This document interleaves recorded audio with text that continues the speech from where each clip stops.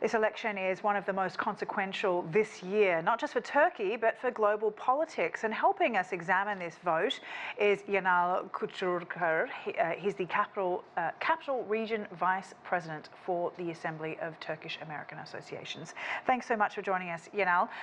Now, firstly, we got a good overview there from Istanbul, but what are the key issues, do you think, for Turks in this election, and why are people calling it a crossroads for the country?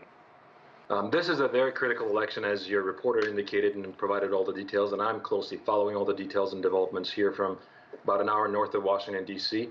I left the country about 2 years before the AKP administration got into power, and it's been 21 years, as you mentioned, so there's a lot to unpack there, but it's a very critical election, as you mentioned. I've been communicating with my friends. I was in Turkiye back in August, meeting with my friends and family members. Economy, economy, economy. That's the number one issue. All the geopolitical developments and everything else that we highlighted, including the earthquake, is based on my observations and communications with the friends and family members in Turkey, is not seem to be the priority. Economy is, because a lot has changed from the time period when Turkey was doing really well. As a result, people want to see change. People want to be able to pay their mortgage, pay their rent, and if that's not going to happen, it's going to be a difficult next 5 years, regardless of whoever remains in power or gains the power. So economy will be the most important thing in the Turkish electorate's minds. So this election, of course, is being held amidst soaring inflation. How is Turkey's poor economy likely to affect it? Do people see, the ruling AK Party as responsible for it, or do they see it as a wider issue that's coming from the crisis in Ukraine, and that perhaps Erdogan is the only person that can pull them out of such a slump in the economy?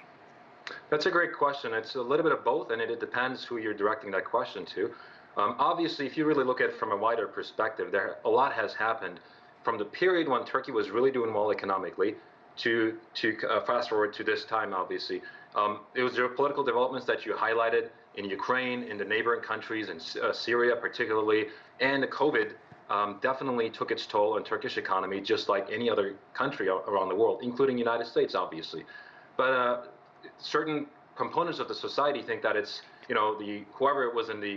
whoever can be ruling the Turkey can make the same mistakes, and it impacted us. But for those who think that Erdogan administration has been in power and they were not able to address these issues, and some of the issues, those who follow it closely would argue that the presidential system that was highlighted by a reporter that the Turkey transitioned into, partially to blame, because obviously it's changed the way the Turkish system economy functioned. It changed the way the decisions were made and executed. As a result, a lot has changed at the Turkish banking system. So some people would say it's the administration. It's not necessarily the global developments and geopolitical developments to blame.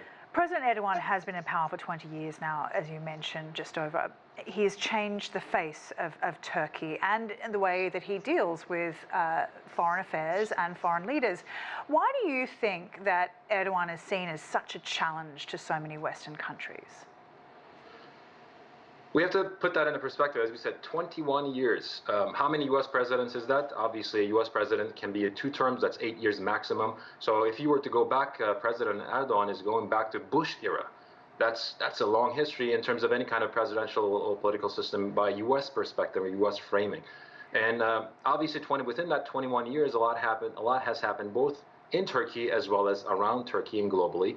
And President Erdogan is a politician that really knew how to maneuver his way around. You can give some credit to certain issues the way he dealt, or you can dislike the way he dealt, but nevertheless, Turkey is in a really important geopolitical position. That's part of the reason why the election in Turkey is being monitored by all around the world, all the journalists in Turkey and Ankara that are there today monitoring, because the outcome will really impact the next 5 years of Turkey as well as global developments in the Middle East and that region.